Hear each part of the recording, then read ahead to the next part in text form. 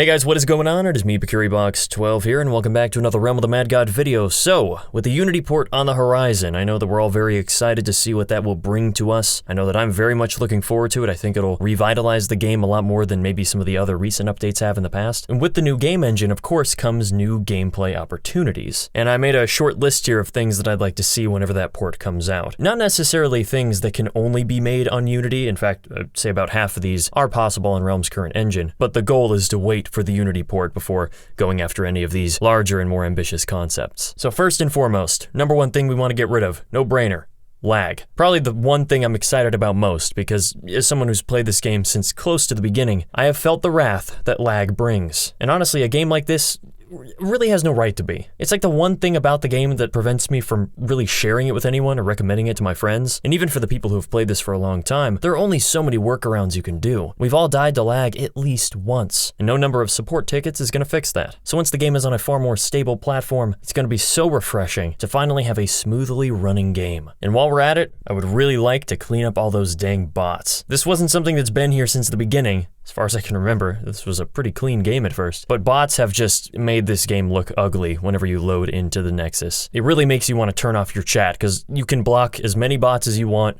they just keep coming back. So it would really do wonders to this game's presentation and really not make it feel like a free-to-play game. And on top of that, let's just get rid of duping. I know that it's been said that it is quite easy to cheat on Unity, and that you need a pretty good anti-cheat to prevent that, but you gotta make it happen. Duping and hacking in general has really done a number on this game in the past. There just needs to be a way to get rid of it, or at least a better way to keep it under control. Because if we were finally able to get rid of duping, we could actually have a decent conversation about UT trading and whether or not it should be re-implemented. Since I played for about a year or two where all items were tradable, it just makes sense to me. It allows people to trade with one another, no matter the item's rarity. If the item is really good or really hard to get, it's going to cost more money. I understand the argument that by keeping UTs soulbound, it immediately makes them so much more rare and valuable. But let's be honest, half these UT items do not deserve to be as rare as they are. In all my years, I've had 2 jugs, 2 augmers, and 3 Oreos as drops, but not a single conflict.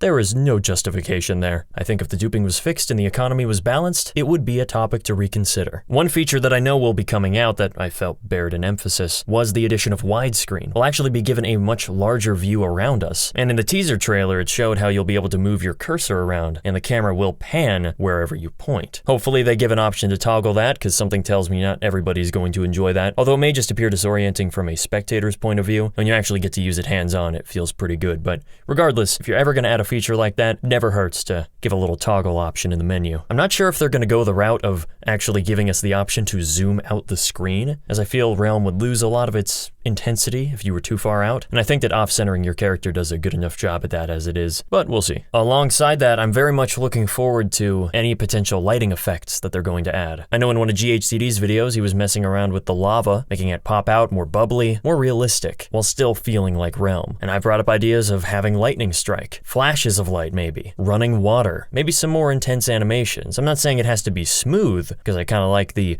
choppy 2-frame walk cycles of all our characters. I just don't think we should mess with that aesthetic, but we should be able to have more complex things now. Things to really add to the spectacle. With that, I think environmental features would be a fantastic addition as well. Something like trees blowing, snow falling in the Godlands, fireballs rising out of the lava, perhaps an in-realm day and night cycle that's more seamless. Maybe the enemies get more difficult at night. Maybe there will be weather conditions. You'll get those same lava heat waves in the desert area. Perhaps even the realms themselves could be different. Obviously, we'll keep the same tradition of starting at the beach and ending at the Godlands, but the way that they're presented could be different. Their locations slightly altered. Set pieces changed. Maybe each realm could feel like a piece of one giant map. I remember when I first started playing, that's actually how I thought it was set up. I couldn't get to my quest because it was on the other side of the map, but it looked like it was blocked off by the side of the ocean that I couldn't cross. So I assumed that it was in one of the other portals. Obviously, we know that's not the case now, but maybe the concept isn't too far removed. And while we're on the topic, I gotta bring up Elder Realms. I mentioned a handful of concepts in my 10 dungeon ideas video, and Elder Realms is definitely one of them. The idea of having an entirely new realm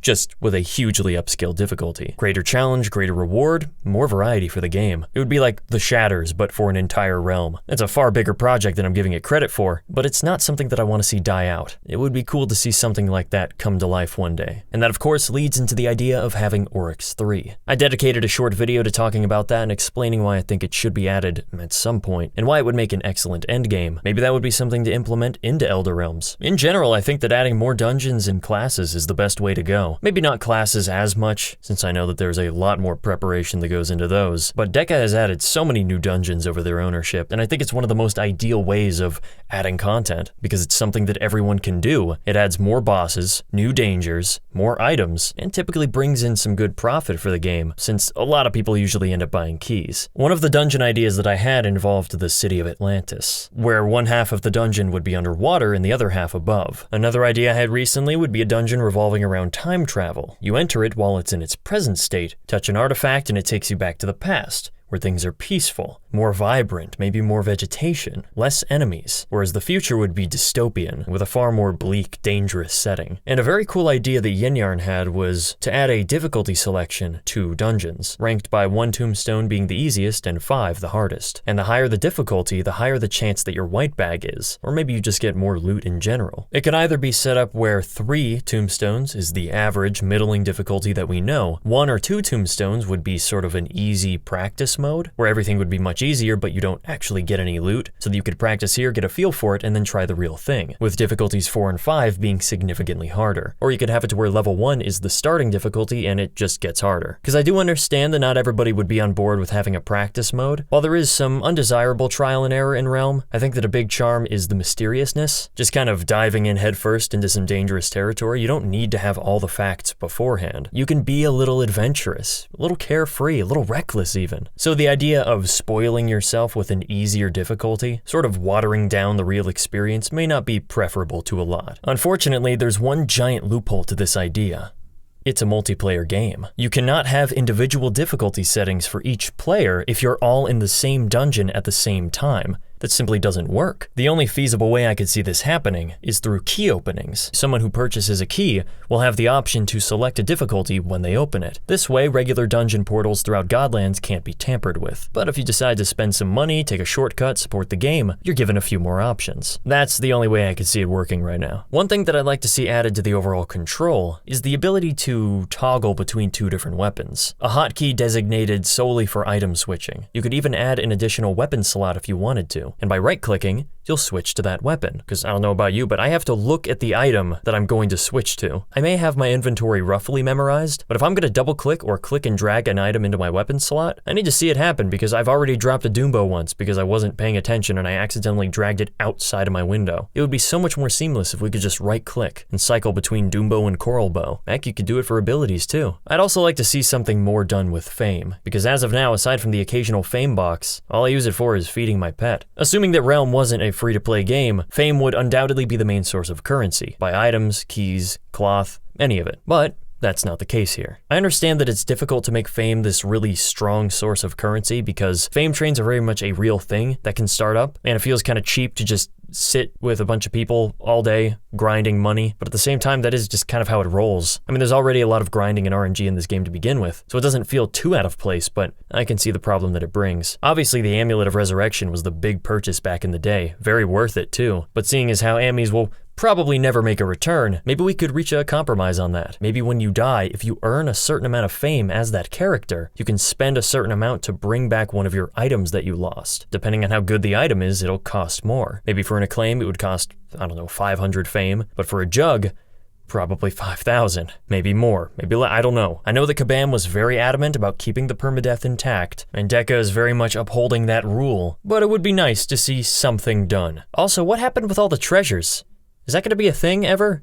Can we bring those back? They still drop, they still have feed power, and they're still pretty cool. But considering how rare some of them are, I feel like they should do something. I forget what their intended purpose was initially, but I think that if you collect all the treasures of a given dungeon, you should be able to turn them in for something like The Alchemist, who also needs to make a return. And the very last thing that I want to see from Realm is a soundtrack. I've expressed my opinions on this before. Music is a very important part of video games to me. It can really enhance how memorable an experience is for me. Even if I played the game countless times, if the music is really good, it often keeps me going. Like, even if the game itself is sort of meh, it can elevate it to a higher status simply because it's creating a tone, a mood. It's making me feel something. And I think the Realm has the potential for a very immersive soundtrack. We got a remix of the main theme in the Unity teaser trailer, and very talented people out there that I'm sure, when brought together, could create something pretty spectacular. But in any case, those are some ideas that I'd like to see implemented into Realm at some point after the Unity update. Please feel free to share any passionate ideas that you have. We are a community after all, we gotta work together on this. It wouldn't be the first time that fan ideas made it into the game. So here's to the future. Thank you guys so much for watching, and as always, don't forget to check out the next episode whenever I post it, which will probably be soon.